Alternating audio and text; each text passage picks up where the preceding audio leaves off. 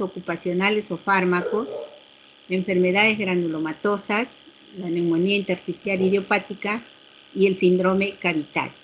Todo ello incluye lo que es síndromes parenquimales o parenquimatosos. ¿Cuál es la definición de un síndrome parenquimal pulmonar? El síndrome de condensación se va a producir una transformación del parénquima pulmonar en una estructura densa y compacta y va a estar privada de su contenido gaseoso. Entonces, ¿qué es lo que ocurre en el síndrome parenquimal? Un síndrome de condensación. ¿Y qué viene a ser el síndrome de condensación? Una estructura densa y compacta del parénquima pulmonar que está privado de su contenido gaseoso. Dentro de estos síndromes de condensación, como les había mencionado, se encuentran neumonía, atelectasia y tumores. Vamos a describir cada patología, empezando por neumonía. ¿Qué es neumonía? Neumonía viene a ser un proceso inflamatorio del pulmón de origen infeccioso que se va a caracterizar por una exudación alveolar y una condensación del parénquima pulmonar. Eso es lo que va a ocurrir en el síndrome de condensación. Condensación del parénquima pulmonar y exudación del alveolo. Es lo característico o típico en neumonía. ¿Cuál es la etiología de las neumonías? Pueden ser infecciosa, viral, bacteriana, el Diplococcus pneumoniae, o también puede tener origen micótico. En este cuadrito podemos observar cuáles son los gérmenes más comunes en las neumonías intrahospitalarias. Tenemos en primer lugar la Pseudomonas aeruginosa, un 15 a 20%. El Enterobacter, 10 a 12%. Le sigue el Staphylococcus aureus, que ha descendido acá en el cuadrito con un 10 a 20%. Luego Escherichia coli, Klebsiella, Proteus, la Serratia marcensis y el Staphylococcus aureus. En estos síndromes de condensación vamos a encontrar factores de riesgo. ¿Qué factores de riesgo tenemos? Enfermedades predisponentes o subyacentes serias. La malnutrición también constituye un factor de riesgo. Pacientes con tratamiento inmunosupresor. La edad es otro factor de riesgo para contraer neumonías, sobre todo mayores de 60 años. Aquellos pacientes con cirugía reciente también son expuestos a contraer una neumonía, es un riesgo. Sometidos a técnicas invasivas, aquellos que padecen enfermedades neuromusculares, pacientes que tienen depresión o el sensorio comprometido, aquellos que tienen uso de antiácidos en forma prolongada, ¿no? Mucha estancia en UCI, estancia prolongada en UCI, pacientes sometidos a intubación endotraqueal y pacientes con soporte ventilatorio o ventilación mecánica asistida. Todos estos factores van a predisponer a contraer la neumonía. Aquí tenemos en este cuadro los factores de riesgo frecuentes y el agente causal que va a ocasionar la neumonía. Tenemos, por ejemplo, broncoaspiración. Cuando se produce una broncoaspiración, va a producir la neumonía, el agente causal, las bacterias anaerobias. Pacientes sometidos a cirugía abdominal, el agente causal de la neumonía es enterococo anaerobio. Pacientes portadores de diabetes mellitus también pueden desarrollar neumonía, siendo el agente causal el estafilococo aureus. En aquellos pacientes que están en coma, en aquellos drogadictos, sobre todo por vía intravenosa, desarrollan neumonía, siendo el agente causal el estafilococo aureus sensible. Y aquellos pacientes con una falla renal crónica, también el agente causal el Staphylococcus aureus. Pacientes que reciben glucocorticoides en forma prolongada desarrollan neumonía, generalmente siendo el agente causal la legionela. Ya les había mencionado pacientes con hospitalización prolongada, ya sea en los pisos generales de hospitalización o en UCI. El agente causal, en primer lugar, es la Pseudomonas aeruginosa, el Enterobacter, el Acinetobacter. Aquellos que reciben antibiótico terapia previa, el agente causal en la neumonía es la Pseudomonas aeruginosa, el Enterobacter y el Acinetobacter. Aquellos que ya de por medio tienen un daño estructural pulmonar, el agente causal es la Pseudomonas aeruginosa. ¿Cuáles son las rutas de ingreso a la infección? Es decir, ¿por qué ruta se va a contraer la neumonía? La primera puede ser por microaspiración de secreciones que se encuentran en la orofaringe y que está previamente colonizada por las bacterias patógenas. También otra ruta se menciona la broncoaspiración masiva, donde hay un reflejo nauseoso alterado. Cuando hay alteración del estado de conciencia o compromiso del estado de conciencia, también se produce broncoaspiración cuando se realiza una intubación endotraqueal o la colocación de una sonda nasogástrica y en aquellos pacientes con enfermedades esofágicas por el flujo gastroesofágico principalmente.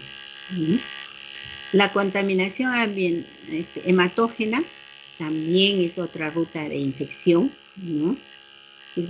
Esta diseminación va a ser de sitios distantes, ¿no? Por vía hematógena, y es importante durante el periodo posoperatorio y en pacientes que presentan catéteres y sondas vesicales. Entonces, vean ustedes las rutas de ingreso de la infección o cómo es que uno puede adquirir la neumonía, ¿no? Por microaspiración de secreciones, por broncoaspiración masiva o por una contaminación hematógena. También se describe la translocación. Translocación es decir que desde el tracto gastrointestinal, cuando hay un aumento del pH gástrico que se encuentra por encima de 4, entonces puede ocurrir una translocación del germen, ¿no? En pacientes ancianos, aquellos que presentan acloridia, ilio, enfermedades del tracto digestivo superior, pacientes sometidos a nutrición enteral, que reciben antiácidos y antagonistas H2. La semiología en neumonía, que es un cuadro de condensación pulmonar, vamos a tener primero el interrogatorio. El paciente refiere dolor torácico, generalmente en punta de costado, tos con o sin expectoración, disnea, la que va de la severidad o del grado de afectación del parénquima pulmonar. Puede presentar o no hemoptisis. ¿Cuál es lo característico en neumonía? Dolor torácico en punta de costado o puntada de costado, tos seca o productiva, disnea, que puede variar a diferentes grados dependiendo del compromiso del parénquima pulmonar, y la presentación o no de hemoptisis. Semiológicamente tenemos que evaluar lo que es inspección, palpación, percusión y auscultación. A la inspección observamos una fase neumónica, paciente disneico y con frecuencia presenta herpes labial. A la palpación, la elasticidad va a estar disminuida, hay expansión en las bases, las vibraciones vocales van a estar aumentadas. A la percusión hay matidez, básicamente, y excursión de base. En la auscultación, que es el cuarto periodo, vamos a tener 3 periodos, ¿no? El primero donde se inicia el exudado, el segundo donde hay la consolidación del exudado y el tercer periodo la resolución del exudado. Recuerden que les había dicho que en neumonía se va a producir una condensación alveolar y un exudado alveolar, ¿no? Entonces, esto cómo lo vamos a evidenciar a la auscultación, al inicio del exudado, la consolidación del exudado y la resolución del exudado.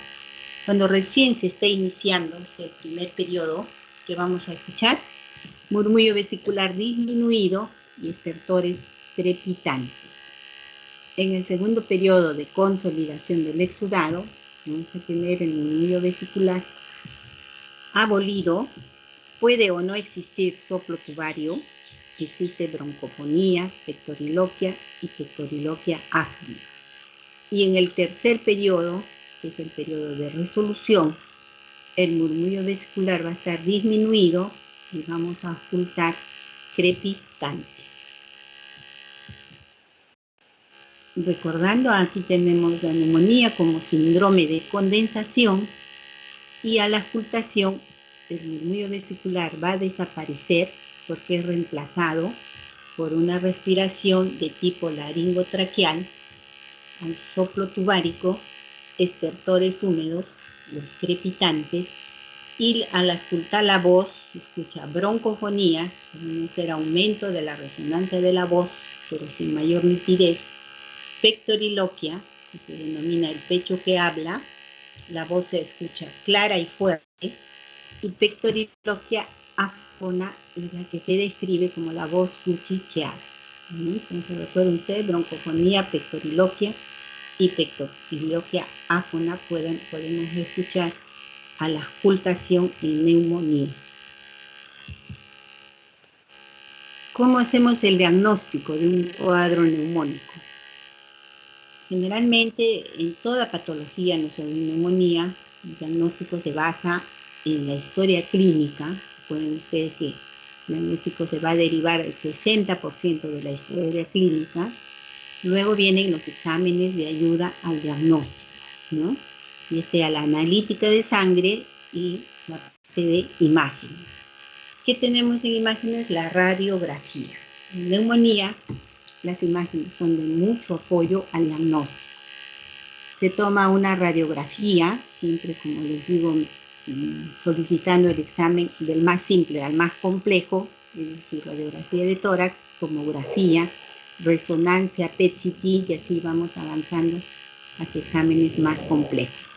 Con una radiografía simple podemos nosotros determinar el diagnóstico de neumonía y vamos a observar opacidades lobares, ¿no?, siendo más frecuente en el tercio inferior. Ahí vamos a observar las opacidades por focos, ¿no?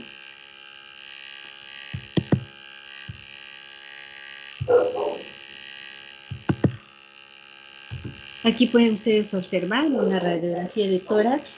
La vamos a describir como una radioopacidad que se observa en los 2 tercios inferiores del hemitórax derecho. Este es un síndrome de condensación, ¿no? Una neumonía del hemitórax derecho. En esta otra radiografía vamos a observar que la radioopacidad se visualiza en el tercio superior del hemitórax derecho, ¿no?, a nivel ápico clavicular, ¿no? Cuando ustedes observan una radiografía de tórax, lo primero que tienen que ver es el continente y luego el contenido, ¿no? El continente viene a ser la estructura ósea, lo que es clavículas, columna vertebral, la jaula torácica o el esternón, todo lo que va a contener el parénquima pulmonar. Por eso les digo continente y contenido. En el contenido, el parénquima pulmonar, donde tenemos que visualizar de hemitórax por hemitórax, de vértice a base, visualizamos el hemidiafragma, los senos costodiafragmáticos, los senos pardiofrénicos, si se encuentran obturados o no, en los casos que la neumonía pudiera complicarse con un derrame pleural, ¿no? ¿Qué observan ustedes acá en estos hemidiafragmas? ¿Cómo los visualizan?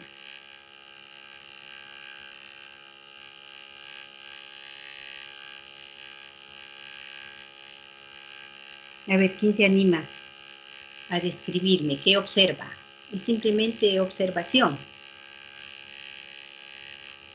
Un poco más radio opaco en la parte superior derecha. La parte de la radiopacidad, que justamente está marcada en el tercio superior derecho, ¿no? Pero los hemidiafragmas, noten ustedes que el hemidiafragma derecho está más alto que el hemidiafragma izquierdo, ¿no? O están al mismo nivel. ¿Se Está más visualizan al mismo alzado, pero nivel? no No. puede ser por el hígado. No. Ese está más elevado, justamente es por el hígado, pues eso es fisiológico, o sea, eso es normal, ¿ya?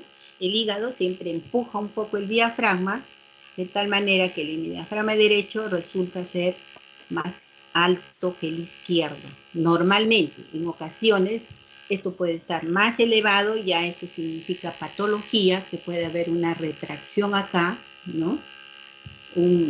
Una TBC apical que se ha cicatrizado, entonces retrae o jala el pulmón hacia arriba y puede elevar el hemidiafragma más de lo normal.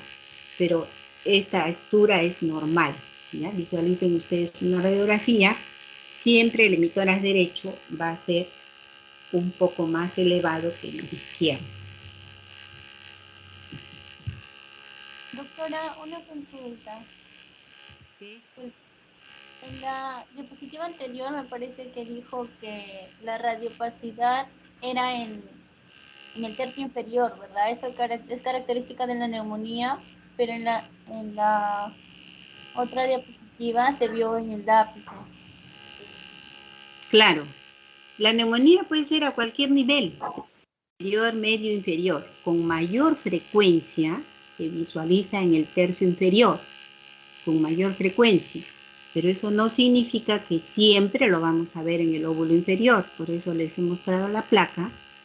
Una radiopacidad que compromete el tercio inferior y otra radiopacidad que compromete el tercio superior, ¿ya?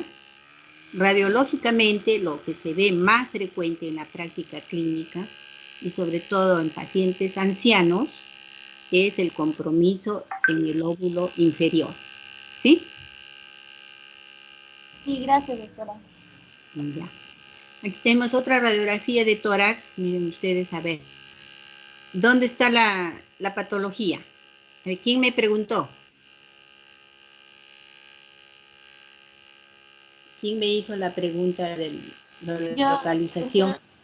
Yo le pregunté. ¿Cuál es tu nombre, perdón? Milagros, doctor. Milagros. A ver, Milagros, ¿qué ves en esta placa? Creo que la lesión está en el lóbulo inferior del pulmón izquierdo. Y el hemitórax izquierdo. Hay una radiopacidad que compromete el tercio inferior del hemitórax izquierdo. Pero fíjense ustedes que el seno costofrénico se visualiza, no está comprometido, ¿no? Entonces vemos acá la radiopacidad, aquí vemos una hipertrofia del ilio bilateral, tanto en el hemitórax derecho como en el hemitórax izquierdo. O sea, esta es una neumonía también de localización en la base del hemitórax izquierdo. Aquí tenemos otra radiografía, miren ustedes que en la placa postero-anterior visualizamos la radiopacidad en el tercio inferior del hemitórax derecho, que en la lateral se traduce a este nivel. Ahora, ¿qué significa pedir una radiografía postero-anterior y una radiografía antero-posterior? ¿Es lo mismo? No, doctora, no creo que sea lo mismo. ¿Cuál es la diferencia?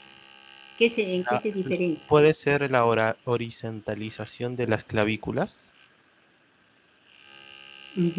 Ya. ¿Qué más? El corazón también podría variar. El corazón también, ¿ya? Justamente, el solicitar una radiografía, cuando uno solicita una radiografía, tiene que indicar qué posición, ¿no? Si póstero anterior o antero posterior. La póstero anterior es la que sirve para visualizar mejor el parénquima pulmonar.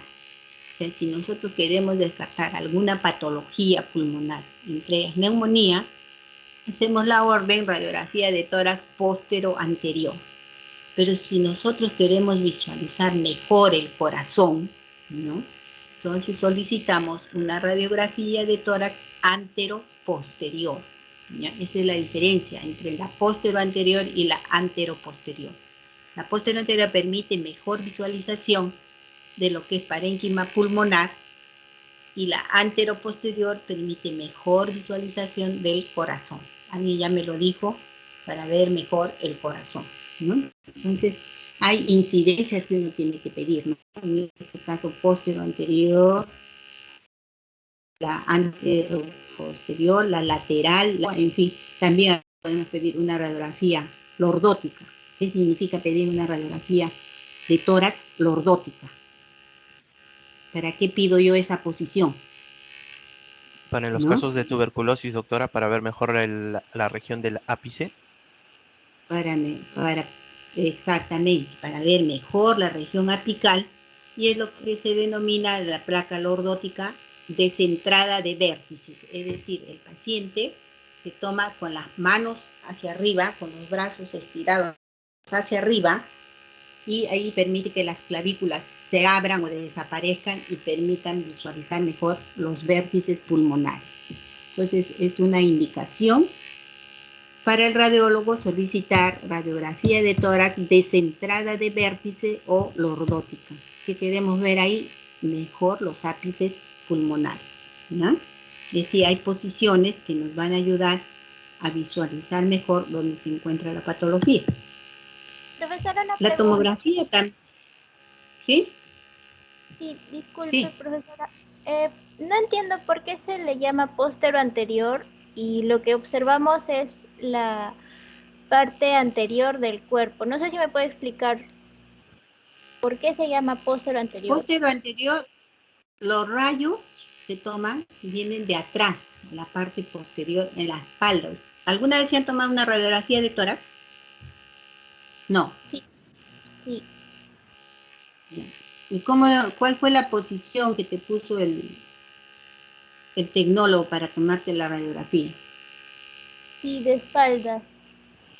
Claro, porque los rayos van a ir por la parte posterior hacia adelante, póstero anterior. Por eso se denomina póstero anterior, porque va a permitir mejor visión del parénquima pulmonar.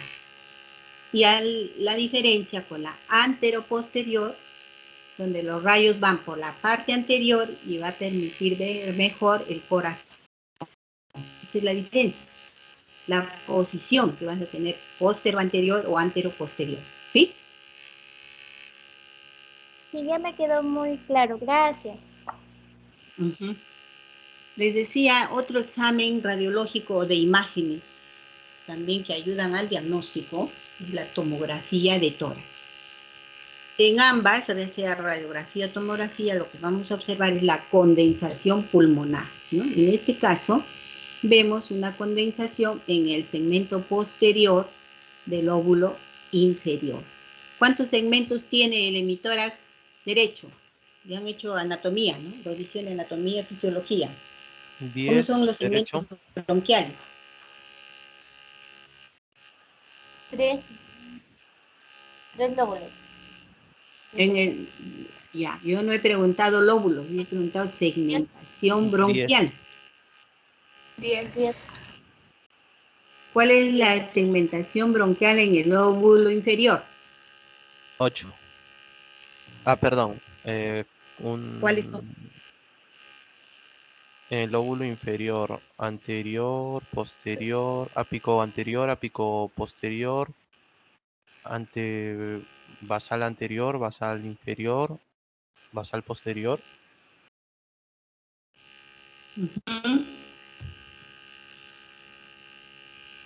Falta uno, ¿no? Sí, medio. Y el otro que es el Anterior, posterior. superior del inferior, o el segmento 6, ¿no? ¿Cuál es el segmento 6? ¿Qué nombre propio tiene el segmento 6? Que es un segmento del lóbulo inferior. que en el lóbulo inferior tenemos ¿Derecho, el doctora? anterior, el lateral, derecho o izquierdo. En ambos lóbulos existe segmento 6 en el lóbulo inferior, ¿no? ¿Cuál ya me dijeron? El anterior, el lateral, el posterior, el interno o medial, ¿no? Y el superior del inferior. Parece un trabalenguas, pero ese es el segmento 6.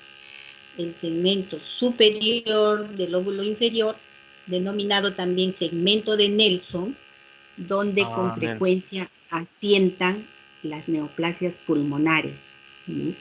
Cuando ustedes escuchen una broncoscopía o lean un informe broncoscópico, tumoración en el segmento 6 del lóbulo inferior o tumoración en el segmento de Nelson, entonces inmediatamente ustedes se ubican mentalmente, segmento 6 del lóbulo inferior. Puede ser derecho o puede ser izquierdo, ya lo describirá el broncoscopista, ¿no? Del emitórax derecho o del emitórax izquierdo. ¿No recuerden ustedes? El segmento, miren, este es un segmento posterior del lóbulo inferior, en este lado está la convenización. Pero en este mismo lóbulo inferior también existe el segmento 6, que más o menos se sitúa aquí donde está la flechita, o segmento de Nelson, donde con frecuencia van a asentarse las neoplasias pulmonares, el cáncer de pulmón, ¿no? Esta es otra tomografía que nos permite visualizar nítidamente lo que es el broncograma aéreo. Y radiológicamente el broncograma aéreo, ¿sí?, es un signo patognomónico de neumonía. No siempre se ve, ¿no? Pero miren, hemos tenido la suerte de coger una tomografía donde se observa el broncograma aéreo, que es un signo patognomónico de neumonía. Como ustedes vean esta imagen, inmediatamente lo asocian con un cuadro neumónico, ¿no?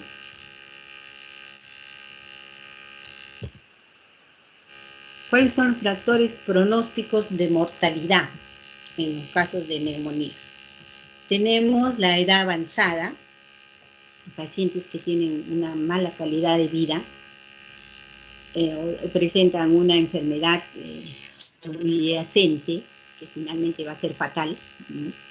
Aquellos pacientes que tienen enfermedades con déficit inmunitario, que sea cáncer, trasplante, SIDA, aquellos que tienen ingreso en las UCI quirúrgicas, pacientes con necesidad de oxígeno a concentraciones superiores al 35%, o aquellos que tienen necesidad de colocar presión positiva al final de la expiración, es decir, este paciente está en ventilador mecánico, o sea, tiene soporte mecánico ventilatorio, y hay necesidad de ponerle presión positiva al final de la expiración, lo que se denomina el PIP, ¿no?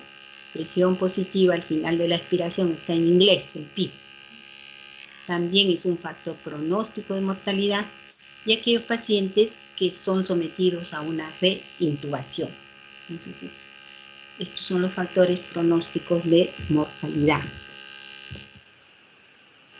Pasamos a ver la otra patología que se había mencionado, que dentro de los síndromes de condensación estaban las neumonías, las atelectasias. ¿Qué más?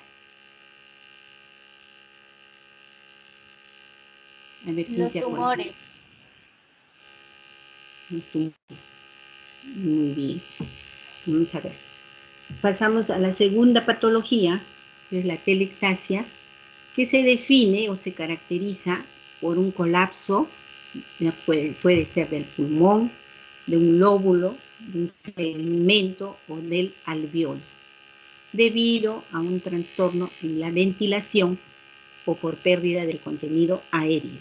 Imagínense ustedes un globo inflado que se desinfla, se produce un colapso del globo, ¿no? Entonces, imagínense el pulmón, cuando sufre un colapso, o un lóbulo del pulmón, o un segmento, o un alveolo, en ese momento se pierde contenido aéreo, y es lo que se denomina atelectasia. Y hay un colapso pulmonar, lobular, o segmentario, o alveolar. Aquí tenemos esta imagen donde puede visualizar los alvéolos normales, dilatados, y aquí los alvéolos colapsados, es decir, un cuadro de atelectasia.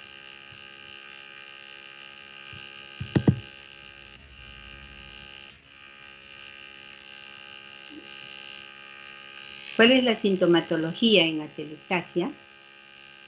También dolor puntada de costado, disnea y tos seca.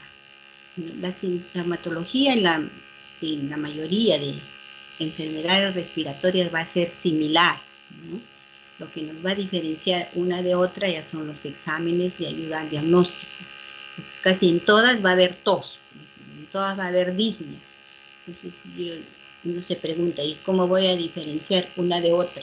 Y para eso están los exámenes de ayuda al diagnóstico, ¿no? Aquí también hay dolor en punta de costado, disnea y tos seca. Semiológicamente, ¿qué es lo que vamos a encontrar en atelectasia? La inspección, tiraje, cianosis, retracción del hemitórax, ¿no? El esternón está desviado hacia el lado sano. A la palpación, la elasticidad está disminuida, la expansión en las bases está disminuida, las vibraciones vocales están abolidas. Esta es la diferencia con neumonía. Neumonía, ¿cómo estaban las vibraciones vocales? Aumentadas. Aumentadas. En la atelectasia están abolidas. No hay vibraciones vocales. A la percusión hay matidez y a la auscultación, murmullo vesicular abolido y hay resonancia vocal. Entonces, fíjense ustedes, semiológicamente casi es parecido a la neumonía, ¿no? Entonces, ¿cómo yo diferencio al examen clínico si es una neumonía o es una atelectasia? Por las vibraciones vocales, que en neumonía están aumentadas, en la atelectasia están disminuidas, y en neumonía lo que voy a escuchar son crepitantes. En la atelectasia no se escuchan estertores húmedos, ¿ya? Tenemos la inspección, la retracción torácica, tiraje, taquipnia, la respiración es superficial y la motilidad torácica está disminuida. A la palpación, vibraciones vocales disminuidas o abolidas y la amplexación también está disminuida. A la percusión, se había dicho que hay matidez, hay que evaluar los límites de esta matidez, la forma que puede tener. En los casos de submatidez, que se va a ver en lesiones pequeñas, ¿no? En una interposición del tejido pulmonar sano. Aquí ustedes pueden visualizar en esta radiografía una atelectasia en el tercio medio del hemitórax derecho. A la auscultación, murmullo vesicular abolido, ausente, también hay ausencia de ruidos agregados. Y a la auscultación no vamos a auscultar broncofonía, no pectoriloquia áfona. Esa es la diferencia semiológica, atelectasia versus neumonía. Para el diagnóstico de atelectasia nos basamos en el cuadro clínico, la historia clínica, como les había mencionado, y los exámenes de imágenes que van a apoyar al diagnóstico, donde se va a describir una tetrada. Aquí se describe el tórax en tonel. ¿Ustedes han escuchado hablar del tórax en tonel? ¿Están llevando ya radiología o no? Sí, doctora, sí hemos visto. Han visto el tórax en tonel, ¿no? La tetrada que hay radiológicamente en atelectasia. ¿Qué es lo que va a ocurrir? Desviación del mediastino hacia el lado atelectasiado. Desviación de la tráquea hacia el lado atelectasiado. Hemidiafragma elevado y retracción de los espacios intercostales, ¿no? Entonces recuerden ustedes, hay desviación del mediastino y de la tráquea hacia el lado, al mismo lado de la patología, es decir, al lado atelectasiado, hemidiafragma elevado y retracción de los espacios intercostales. Aquí tenemos una radiografía de tórax. Ustedes pueden observar la atelectasia casi que compromete todo el emitórax derecho. Y fíjense ustedes la retracción que hay de la tráquea hacia el lado atelectasiado. ¿Cuál era la tetrada? Retracción del mediastino y de la tráquea hacia el lado atelectasiado, elevación del hemidiafragma y retracción de los espacios intercostales, ¿no?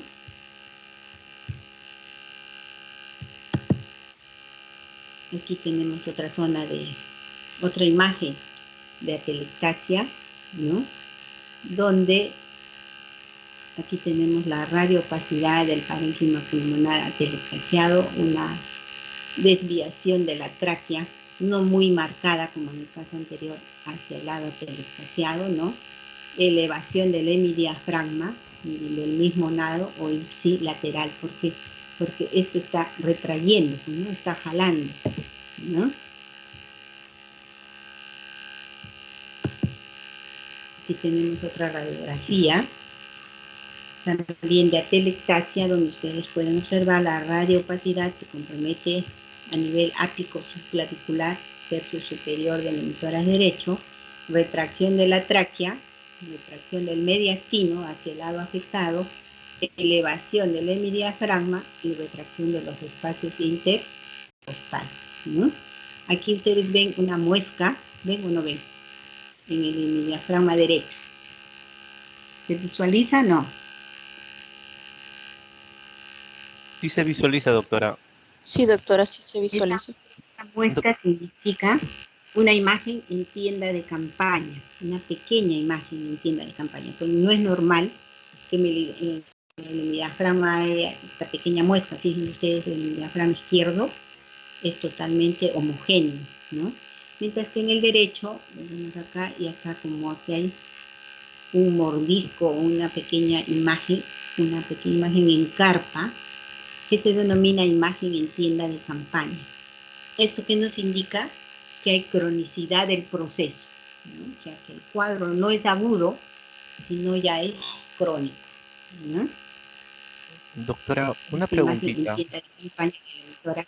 ¿Perdón? Una preguntita, disculpe. ¿Y Sí, podría ser que el foco neumónico, de repente el patrón atelectásico, esté comprometiendo al nervio frénico? De repente ahí hay una tumoración que esté comprometiendo al nervio frénico y esté generando la elevación de la cúpula diafragmática.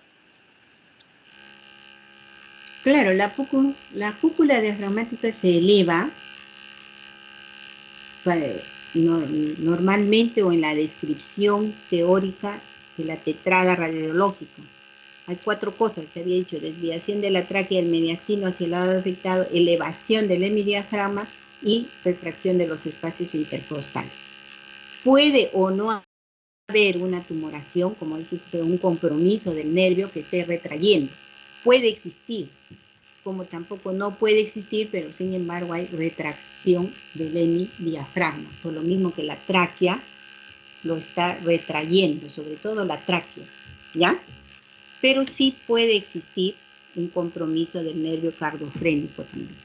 Y a eso lo determinamos o llegamos al diagnóstico definitivo y final con más exámenes de ayuda al diagnóstico, ¿ya? Pero que puede ocurrir, sí, puede ser, ¿sí? Gracias, doctora. Aquí tenemos otra radiografía de atelectasia. ¿Dónde ven ustedes la atelectasia? ¿Dónde se visualiza? En el lado derecho. En el hemitórax derecho, ¿no? En una marcada, bueno, no tan marcada, ¿no? Desviación de la tráquea, desviación del mediastino, elevación del hemidiafragma y retracción de los espacios intercostales. Esa es la tetrada radiológica, la que se describe en tórax en tonel. Esta es la misma radiografía. Y ahí termina lo que es la parte de atelectasia y pasamos a ver lo que son enfermedades pulmonares intersticiales, como un breve resumen dentro de los síndromes parenquimales o parenquimatosos, ¿no? Dentro de las enfermedades pulmonares intersticiales tenemos un grupo heterogéneo de enfermedades que se agrupan bajo esta denominación. En este caso, ¿qué es lo que va a ocurrir? Estas enfermedades comprometen al intersticio pulmonar, de ahí su nombre, enfermedad pulmonar intersticial. Y se ha sugerido el término de enfermedad parenquimal pulmonar difusa, o el EPID, ¿no? Enfermedad pulmonar intersticial difusa.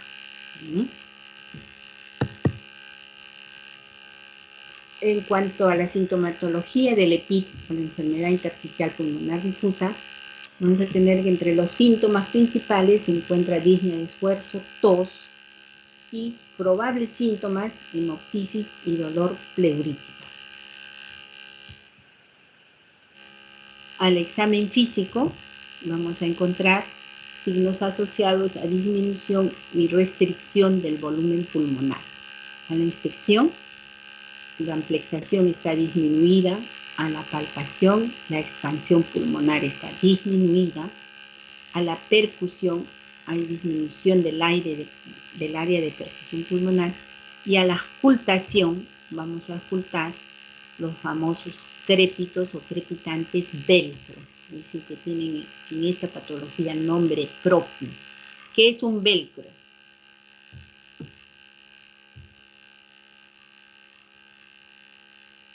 Es un crepitante, ¿no? Si aquí ponemos crépitos velcro, un velcro es un crepitante, que lo voy a auscultar solamente en los casos de EPID o de fibrosis pulmonar, en los casos de enfermedad pulmonar intersticial difusa, EPID. Esa es la característica del EPID. A la auscultación, auscultar los famosos crepitantes velcro. Como su mismo nombre lo indica, el velcro es un crepitante, pero ¿cómo se diferencia del crepitante de la neumonía? ¿En qué tiempo escucho yo el crepitante? Al ¿En final de inspiración. inspiración o en expiración? Inspiración. A la Al final. inspiración. En neumonía yo escucho un crépito a la inspiración, ¿no? Está muy bien. En el velcro lo voy a escuchar en los dos tiempos, a la inspiración y a la expiración, ¿no? Entonces, eso es lo característico. El crepitante velcro o el velcro es un crepitante que se ausculta en los dos tiempos, inspiración, expiración. Y es la diferencia con el crépito de la neumonía, ¿no? Al examen físico tenemos signos pleurales en los casos de enfermedad reumatológica o en los casos de arrestosis. Va a haber hipocratismo digital, signos asociados a conectivopatías como sinovitis, vasculitis cutánea, compromiso renal. Es decir, agrupa las enfermedades intersticiales, agrupan también a las enfermedades reumatológicas, a las enfermedades del colágeno. Luego pasamos a describir el síndrome cavitario, también considerado dentro de los síndromes parenquimales o dentro de los síndromes de condensación, ¿no? Fíjense ustedes a la anatomía patológica cómo vamos a observar las cavernas, ¿no? Y radiológicamente se traducen con estas imágenes, ¿no? En los síndromes cavitarios, ¿qué es lo que va a ocurrir?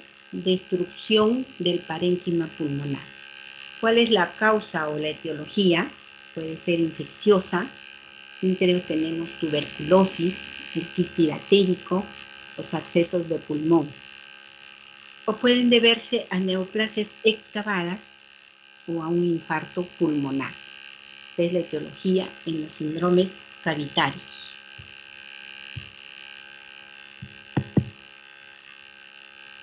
El síndrome cavitario se refiere a la presencia de una cavidad, valga la redundancia, de cierto volumen superficial con contenido aéreo. Las paredes pueden ser lisas y pueden o no estar comunicadas con un bronquio, ¿no? Entonces, síndrome cavitario, lógicamente, tiene que haber una cavidad, pero esta cavidad hay que evaluar su volumen, sus paredes, el contenido que tienen y si existe o no comunicación con un bronquio. El cuadro clínico en el síndrome cavitario va a ser dolor torácico, tos productiva, síndrome febril, astenia y pérdida de peso. A la inspección, semiológicamente, vamos a observar un tórax adelgazado, la motilidad torácica disminuida. A la palpación hay aumento de vibraciones vocales. A la percusión hay timpanismo, aumento de la sonoridad torácica. Y a la auscultación, un murmullo vesicular disminuido, estertores crepitantes y pectoriloquia. Aquí básicamente la diferencia con las otras patologías está en la percusión. En neumonía, en atelectasia, la percusión es matidez. En síndrome cavitario a la percusión hay timpanismo o aumento de la sonoridad torácica, ¿no?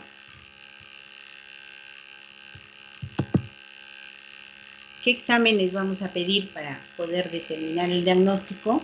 Imágenes, les había dicho exámenes de sangre o a la analítica de sangre. Entre las imágenes, radiografía de tórax, tomografía, los exámenes de laboratorio, un cultivo bacteriológico.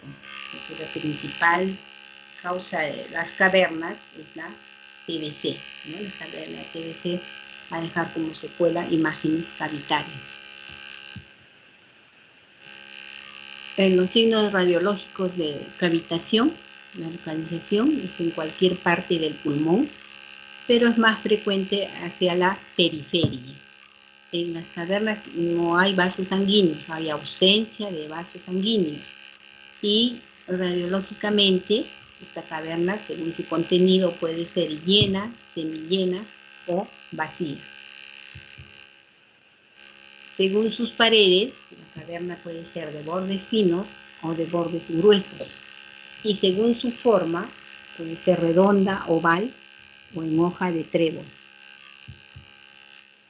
Aquí tenemos una radiografía donde nos va a mostrar, miren, una cavidad bien delimitada en el lóbulo superior izquierdo, ¿no? Vemos su contenido, vemos sus bordes, aparentemente sus paredes son lisas, su contenido. ¿Qué contenido tiene? ¿Qué les parece Gas. que hay? Aire, ¿no? Aire. Está negro. Hipertransparencia, ¿no? Pero acá tiene un pequeño nivel, no sé si ustedes pueden líquido. observar una línea, también hay líquido. Este es un signo, Una- es un nivel hidroaéreo. O sea, esta caverna tiene aire y líquido, ¿no? Y vemos que sus bordes están regulares, sus bordes aparentemente lisos parecen, ¿no? Y es compatible con un absceso pulmonar en el lóbulo superior izquierdo. Esta caverna puede o no tener comunicación a un bronquio, ¿no? Entonces vamos a ver un cuadrito donde hay una caverna con comunicación y otra sin comunicación. Aquí tenemos otra radiografía, ¿no? Donde hay una cavidad en el lóbulo superior derecho. Es decir, la patología puede presentarse a cualquier nivel, puede tener diferente localización, ¿no? Ya sea en el tercio superior, en el tercio medio, en el tercio inferior. Lo importante es delimitarlo y definir de qué se trata, ¿no? En este caso tenemos una cavidad en el lóbulo superior derecho, ¿no? Probablemente de etiología TBC. Y da la apariencia que acá en el hemitórax izquierdo también hubiera otra, ¿no? De bordes no muy definidos porque se observa solo como una radioopacidad, ¿no? Como una mancha blanca, si queremos llamarla así comúnmente, en el hemitórax izquierdo, y en el derecho sí podemos delimitar la imagen cavitaria con compromiso, miren, de todo el tercio superior derecho, o sea, a nivel ápico subclavicular. ¿Mm? Aquí tenemos otra imagen, ¿no? ¿Qué hemitórax es? Izquierdo. El hemitórax izquierdo, ¿no?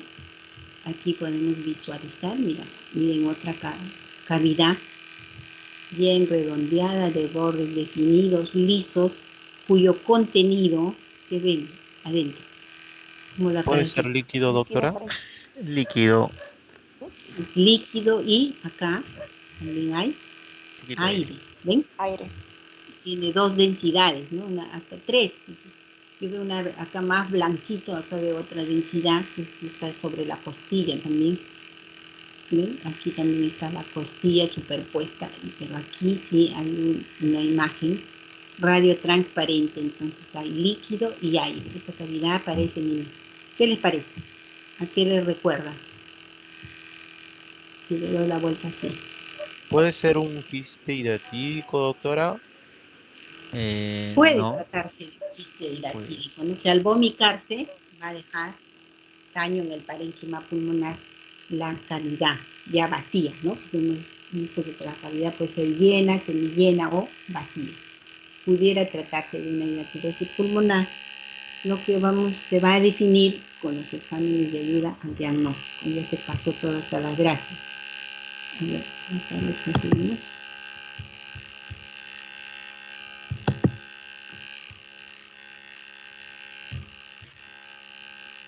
Bueno, hasta aquí hemos llegado con lo que se describe en síndromes parenquimales o síndromes parenquimatosos, ¿no? Recuerden ustedes, síndrome de condensación, neumonía atelectasia, enfermedades intersticiales difusas y síndromes cavitarios, ¿no?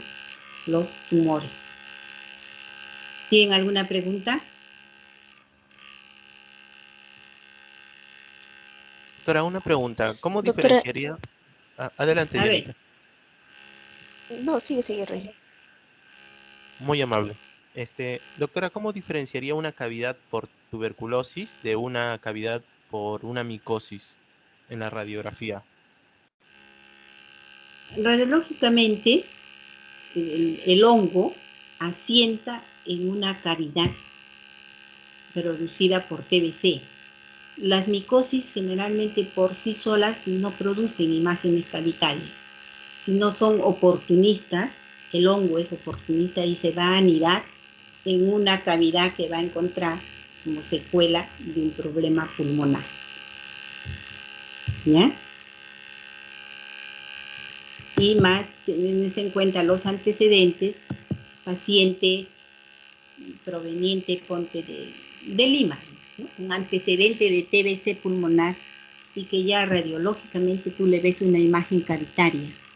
Y sobre eso se ha anidado o se ha hospedado el germen oportunista, que es el hongo, generalmente el aspergillus, que se va a ovillar, forma un ovillo y se anida en una cavidad que ya encuentra, porque las micosis generalmente no van a producir cavidades en el parénquima pulmonar, sino anidan, ya encuentran el terreno propicio para hospedarse allí, ¿no? Como un huésped oportunista. ¿Sí? Gracias, doctora. Bien. Doctora, una consulta. ¿Sí? Sí. ¿Qué características podemos encontrar en un síndrome cavitario pulmonar, ¿no? En los pacientes tuberculosis? Generalmente cavidades pequeñas, redondeadas, de bordes bien definidos, ¿no? Ausentes de vasos sanguíneos, y que a la broncoscopía podemos observarla como una lesión, como que tuvieran una mucosa eritematosa, ¿no? Pero básicamente tendríamos que ver el tamaño, los bordes, porque a veces pueden ser de bordes irregulares o espiculados. En ese caso sí diferenciaríamos con una neoplasia pulmonar, aquella cavidad que tiene bordes espiculados, no bordes lisos o regulares, entonces es signo indirecto de neoplasia. En la TBC lo que vamos a observar es una cavidad de bordes bien definidos, lisos, y generalmente puede tener contenido como no, ¿no? Si tiene contenido generalmente es micótico, generalmente.